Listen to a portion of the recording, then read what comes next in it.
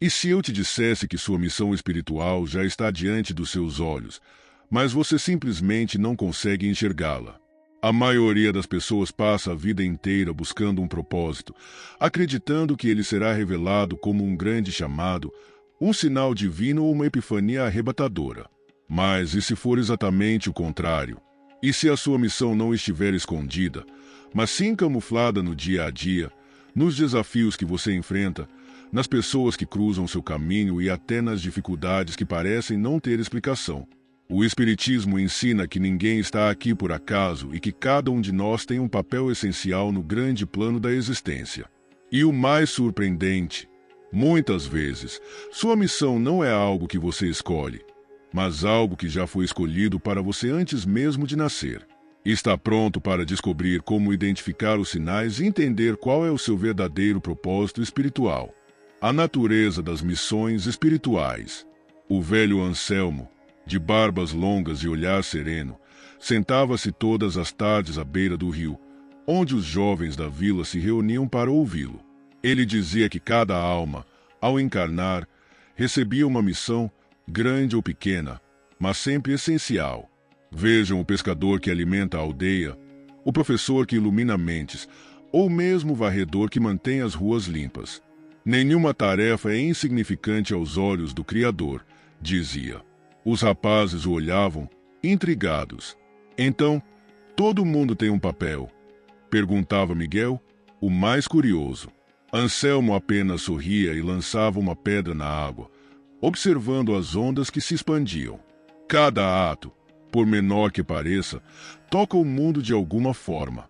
Numa vila distante, vivia Helena, uma mulher simples que passava os dias cuidando das flores do pequeno jardim público.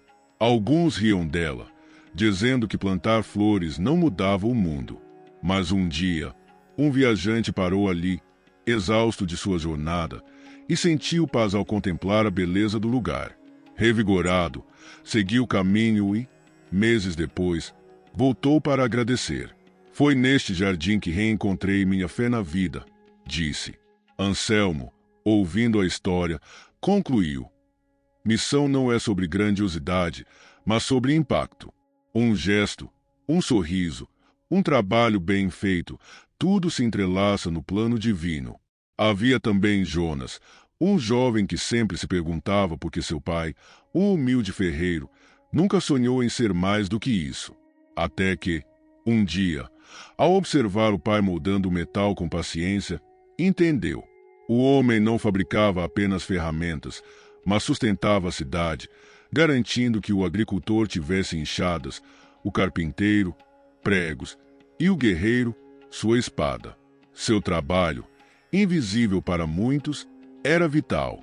Não procure grandeza nos olhos dos outros, aconselhou Anselmo. O que importa é cumprir bem o papel que lhe foi confiado. Anselmo gostava de lembrar a história de um antigo rei que desejava saber quem era o cidadão mais importante de seu reino. Ele esperava que fosse um conselheiro ou um general, mas descobriu que era um simples padeiro. Sem ele, os soldados não tinham forças, os artesãos não trabalhavam e até o próprio rei sentia fome. Nada existe por acaso, concluiu Anselmo. O agricultor, o professor, o médico, o artista, cada um, no lugar certo, desempenha um papel crucial na grande engrenagem da vida, reconhecendo a própria missão.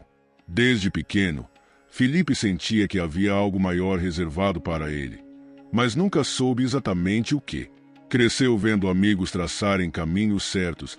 Um virou advogado, outro médico, outro empresário, enquanto ele se sentia perdido, pulando de um emprego para outro sem propósito.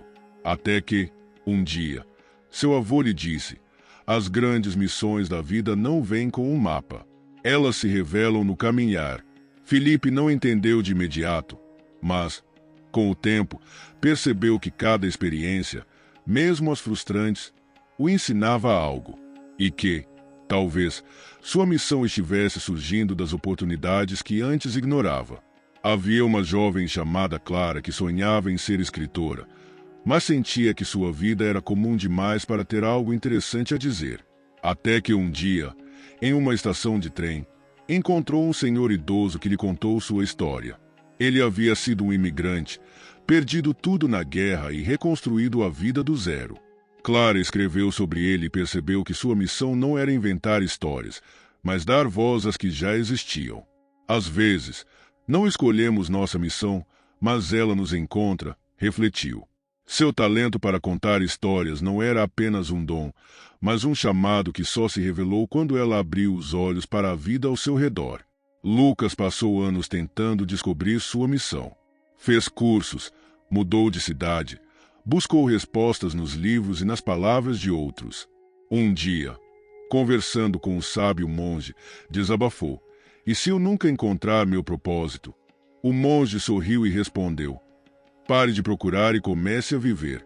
Sua missão se mostrará quando você fizer aquilo que serve ao mundo e ao seu coração ao mesmo tempo." Lucas, então, começou a focar em ajudar os outros.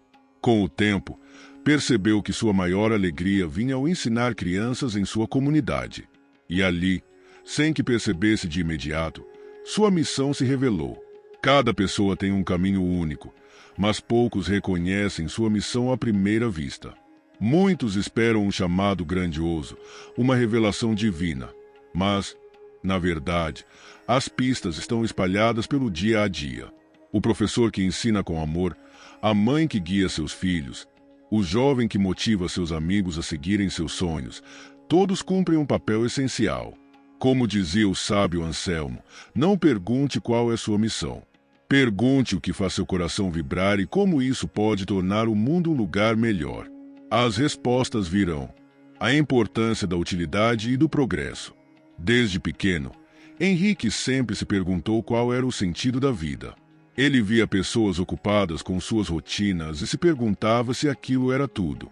Trabalhavam, pagavam contas, dormiam e repetiam. Mas um dia, ao visitar um lar de idosos, viu algo que o marcou.